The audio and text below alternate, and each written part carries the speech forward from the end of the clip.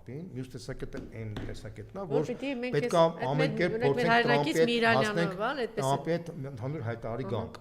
Չհավատացողներ կան, հավատացողներ կան։ Ես հիմա բացատրեմ թե ինչու։ Բայց այն փաթեթը անգամ ինչ որ ներկայացրել է Թրամփը, դրա հետ կապված էլ ունեին ռուսական կողմը ունի բազմաթիվ հարցեր են երկու նահանգների մասին, ճակատագիր ինչ է լինում, սանկցիաների մասին ընդհանրապես խոսք չկա, կամ ՆԱՏՕ-ն այդտեղից չի լինում, բայց սահմանին հեռավար կարող է Լեհաստանում տեղադրել եւ էլի նույն խնդիրն է։ Բնականաբար դա տեսեք ցանկացած կոմպրոմիսային փաստաթուղթ միշտ դժգոհություն առաջացնելու եւ այնտեղ եւ այնտեղ շատ բարձր։ Բայց ոնց եք պատկերացնում, ինքը սահմանադրությամբ ընդունել է, որ այլևս դրանք Ռուսաստանի մաս են, հիմա այս փաթեթով ինքը պիտի հրաժարվի ստիպված այդ տարածքներից։ Չէ, այս բան չկա։ Այդ պայմանագրում չկա։ Ուրեմն 4-ից 5 տարածքի ներառյալ Ղրիմը, 3-ում պաշտոնապես, ներեցեք, պաշտոնապես նույնիսկ Միացյալ Նահանգներն են ճանաչում որպես Ռուսաստանի մաս, երկուսը դե ֆակտո Ռուսաստանը իր ձեռքն է վերցնում, բայց չի ճանաչվում ոչ մեկի կողմից։ Այսինքն ուզում ասեմ, որ Ռուսաստանի սահմանադրության խախտման որևէ խնդիր չկա, այնտեղ կան այլ խնդիրներ։ Խնդիրներ հետևյալը, որ Ուկրաինան ասում է, որ արեք այդ տարածքների հետ կապված երկրորդ փուլում գնանք այդ բանակցները, պատերազմը կանգնացնենք։ գոտի են ասում կարող է ստեղծել։ Տեսեք, տարբեր տիպի հիմա ես վերջնական թե ինչ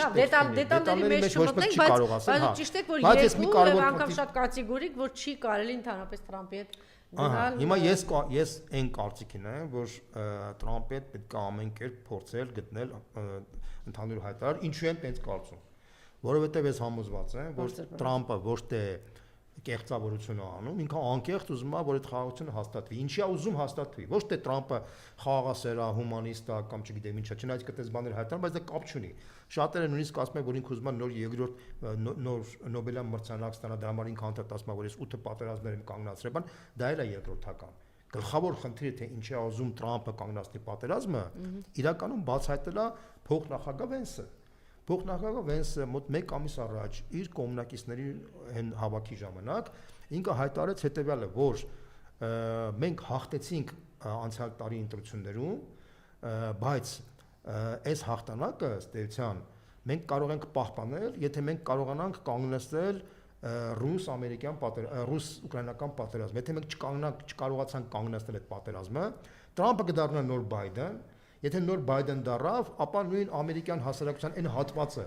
որը պաշտպանում էր մեզ, կհաստատվի, եւ ճիշտ հակառակը այն հատվածը, որ աջակցում էր Բայդենին, կասեն, եթե իրանք դուք նույն Բայդենի գիծն եք տանելու, ապա ինչի դուք խաբեցիք մեզ, այնա թող իրական Բայդենը գա ղեկավարին, հասկանում եք, չէ՞, ի՞նչն է խնդիրը։